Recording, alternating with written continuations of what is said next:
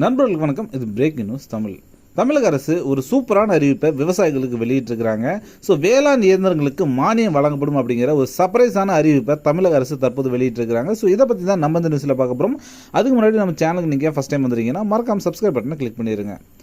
சமீப காலமாக வேளாண் துறையில் தொழிலாளர்களோட பற்றாக்குறை ஏற்பட்டு வருது. இதனை கருத்தில் கொண்டு தமிழ்நாடு அரசு பல்வேறு அதிரடியான திட்டங்களை தற்போது நடைமுறைப்படுத்திட்டு வராங்க. அதில் முக்கியமாக சொல்ல போனோம்னா, ஒரு விவசாயி விதைக்கிற முதல் அறுவடை செய்கிற வரைக்கும் தேவையான எல்லா ஒர்க்குமே பார்த்தீங்கன்னா வேளாண் இயந்திரங்கள் மூலமாக மேற்கொள்வதற்காக தமிழக அரசானது தற்போது ஆர்வம் காட்டிட்டு வருது.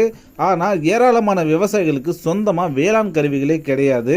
அவர்களுடைய இந்த தேவையை பூர்த்தி செய்ய வேளாண்மை பொறியியல் துறை மூலம் மண் தள்ளு இயந்திரம், டிராக்டரு, மினி டிராக்டரு, நெல் அறுவடை இயந்திரம், கரும்பு அறுவடை இயந்திரம் போன்ற 697 நில மேம்பாட்டு இயந்திரங்களும், சூழல் விசைத்துளை கருவி, பெர்குஷன் கருவி, சிறு விசைத்துளை கருவி போன்ற 101 சிறு பாசன திட்ட கருவிகளும் விவசாயிகளுக்கு அரசு நிர்ணயித்த குறைந்த வாடகையில் வழங்கப்படும் தற்போது அறிவிப்பை வெளியிட்டிருக்கிறாங்க.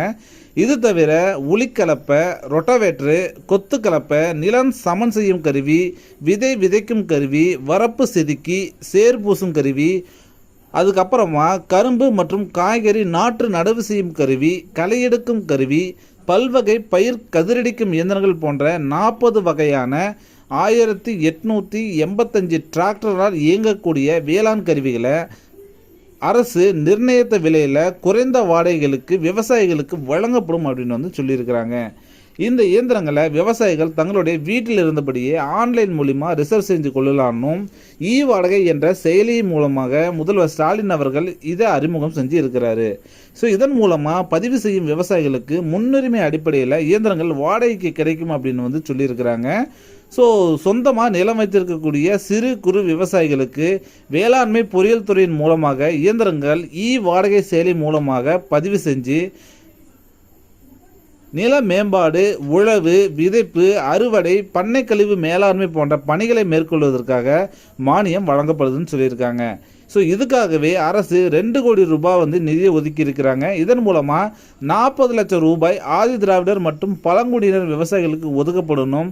ரிமைனிங் எல்லாம் பார்த்தீங்கன்னா அதர் காஸ்ட்டுக்கு ஒதுக்கப்படும் சொல்லியிருக்கிறாங்க. ஸோ வாடகை செயலியை பயன்படுத்தி இயந்திரங்களை வாடகைக்கு பெற்று பணிகள் நிறைவடைந்த பின்னாடி ஸோ உங்கள் ஒர்க்கெல்லாம் செஞ்சு முடிச்சதுக்கு அப்புறமேட்டு விவசாயிகள் செலுத்திய மொத்த வாடகை தொகையில் 50% தொகையை பின்னேற்பு மானியமாக அவங்களோட வங்கி கணக்கில் செலுத்தப்படும் தமிழக அரசானது அறிவிச்சிருக்கிறாங்க. ஸோ ஒரு விவசாயிக்கு 5 மணி நேரம் அல்லது 5 ஏக்கருக்கான வாடகையில் எது குறைவோ அந்த வாடகையை மானியமாக வழங்கப்படும் சொல்லியிருக்காங்க. மானியம் எவ்வளோ வழங்கப்படும் அப்படிங்கிற ஒரு சின்ன விஷயத்தையும் சொல்லியிருக்காங்க. ஒரு நன்சை நிலமாக இருந்துச்சுன்னா சிறு குறு விவசாயிக்கு ஒரு ஏக்கருக்கு 250 ரூபாய் வீதம், அதிகபட்சமாக 2.5 ஏக்கருக்கு வழங்கப்படும் சொல்லியிருக்கிறாங்க. அதே மாதிரி 2.5 ஏக்கருக்கு 625 ரூபாய் வரைக்கும் வழங்கப்படணும். ஒரு வருஷத்துக்கு ஒரு முறை மட்டும்தான் மானியம் வழங்கப்படும் சொல்லியிருக்காங்க. இதுவே புன்சை நிலமாக இருந்துச்சு அப்படின்னா சிறு குறு விவசாயிகளுக்கு ஒரு ஏக்கருக்கு 250 ரூபா வீதம், அதிகபட்சமாக 5 ஏக்கருக்கு 1250 ரூபா வழங்கப்படும் சொல்லியிருக்கிறாங்க. இதுவும் வருஷத்துக்கு ஒரு முறை மட்டும் தான் வழங்கப்படும் சொல்லியிருக்கிறாங்க. ஸோ அடுத்ததாக விவசாயத்துக்கு ரொம்ப ரொம்ப அவசியமாக இருக்கக்கூடிய டிராக்டர் நம்ம எப்படி பெறது அப்படிங்கிற பற்றி டீட்டெயிலாக பார்ப்போம். பிஎம் கிசான் விவசாயிகளுக்கு 50% மானியத்தில் டிராக்டர் வழங்குற திட்டம் பார்த்தீங்கன்னா இப்போ அறிமுகப்படுத்தி இருக்கிறாங்க. பிஎம் கிசான் டிராக்டர் திட்டம் 2023. இதில் நாம் எப்படி நமக்கு சொந்தமாக ஒரு டிராக்டர் வாங்குறது அப்படிங்கிற பற்றி தான் நாம் இந்த நியூஸில் பார்க்க போகிறோம். அதுக்கு முன்னாடி நம்ம சேனலுக்கு நீங்கள் ஃபஸ்ட் டைம் வந்திருக்கீங்கன்னா மறக்காமல் சப்ஸ்கிரைப் பட்டனை கிளிக் பண்ணிடுங்க. ஸோ ஒரு டிராக்டர் அப்படிங்கிறது விவசாயத்தில் ஒரு மிக முக்கியமான ஒரு பகுதியாகும்.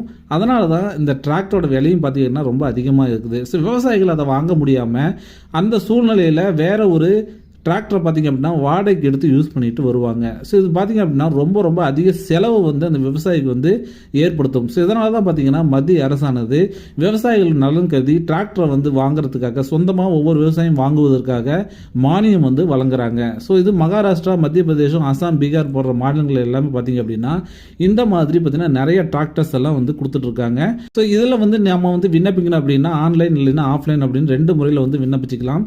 ஸோ பிஎம் கிசான் டிராக்டர் திட்டம் 2023 பற்றி தகவல்கள் வந்து நீங்கள் வந்து முழுமையாக தெரிஞ்சுக்கணும்னா இந்த வீடியோ வந்து ஃபுல்லாக பாருங்கள். இந்த திட்டத்தோட நன்மைகள்லாம் என்னன்னு பார்த்தீங்க அப்படின்னா, இந்த திட்டத்தில் பயனாளிகளாக வந்து விவசாயிகள் வந்து தேர்ந்தெடுக்கப்படுவாங்க. இந்த விவசாயிக்கு பார்த்தீங்கன்னா 50% மானியமானது டிராக்டர் வாங்குறதுக்கு வழங்கப்படும். இந்த திட்டத்தை பார்த்தீங்க அப்படின்னா மாநில அதிகாரிகள்னால் வந்து செயல்படுத்தப்படும். மேலும் பார்த்தீங்கன்னா இந்த மானியமானது வங்கி கணக்கில் வந்து நேரடியாக வந்து செலுத்திடுவாங்க. ஸோ விண்ணப்பங்களை பார்த்தீங்கன்னா ஆன்லைன்லாம் ஆஃப்லைனில் ஏதாச்சும் ஒரு முறையில் நீங்கள் வந்து சமர்ப்பித்து கொள்ளலாம். ஸோ இதில் நம்ம விண்ணப்பிக்கணும் அப்படின்னா நமக்கு என்னென்ன தகுதியெல்லாம் இருக்குன்னு பார்த்தீங்க அப்படின்னா, ஸோ விண்ணப்பிக்கக்கூடிய அந்த விண்ணப்பதாரர் பார்த்தீங்கன்னா 18லேருந்து 60 வயதுக்குள்ளே இருக்கணும். ஆண்டு வருமானம் பார்த்தீங்கன்னா 1.5 லட்சத்திற்கு குறைவாக இருக்கணும்னு சொல்லியிருக்காங்க.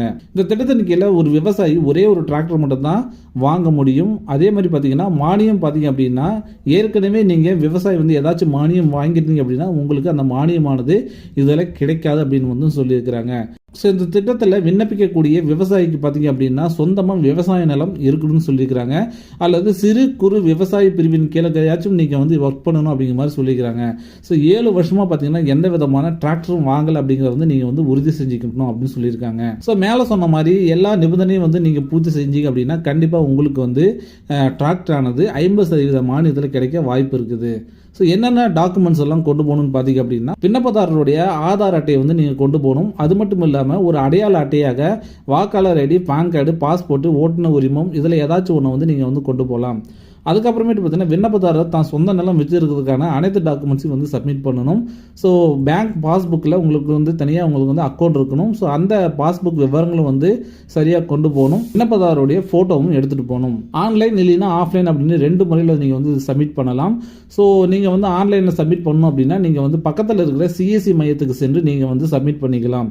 அங்கே போயிட்டீங்க அப்படின்னா அவங்க உங்களுக்கு தேவையான அனைத்து உதவிகளுமே செஞ்சு உங்களுடைய அப்ளிகேஷனை முழுமையாக வந்து பூர்த்தி செஞ்சு அவங்க வந்து சென்ட் பண்ணிடுவாங்க.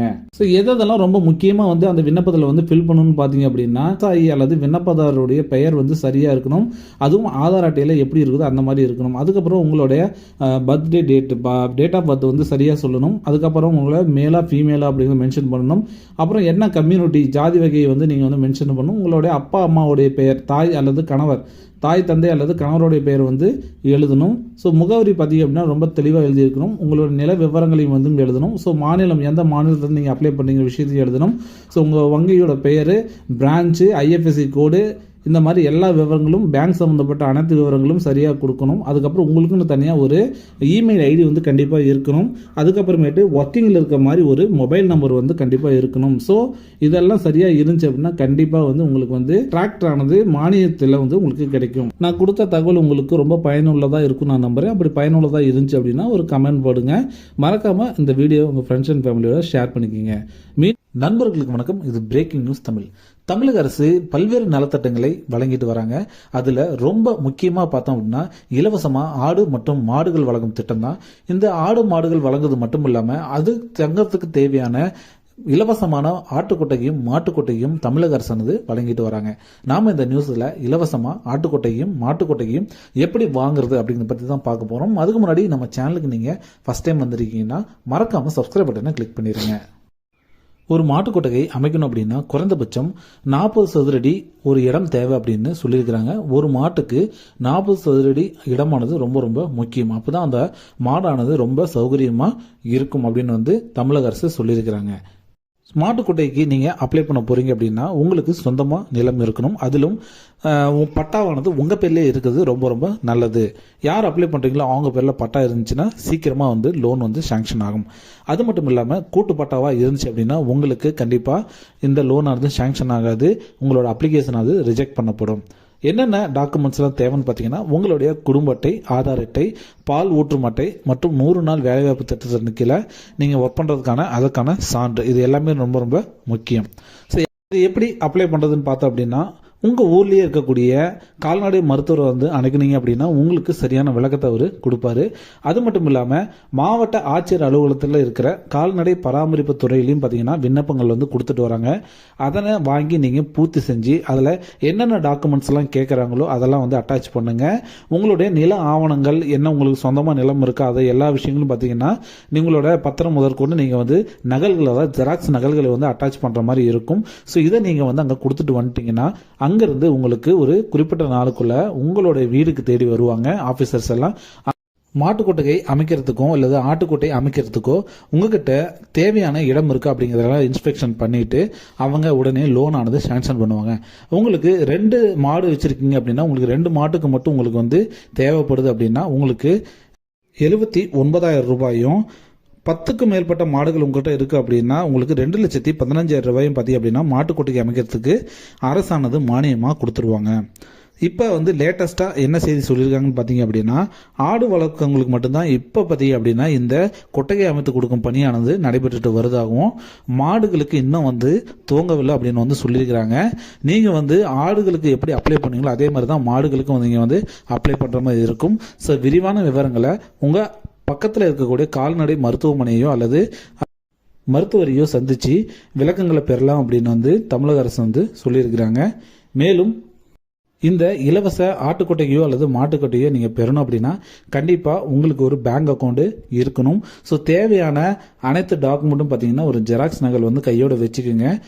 சம்டைம்ஸ் பார்த்தீங்க அப்படின்னா உடனே வந்து ஆஃபீஸர்ஸ் வந்து உடனே வந்து லோனை வந்து சாங்ஷன் பண்ணுறதுக்கான வாய்ப்பும் இருக்குது.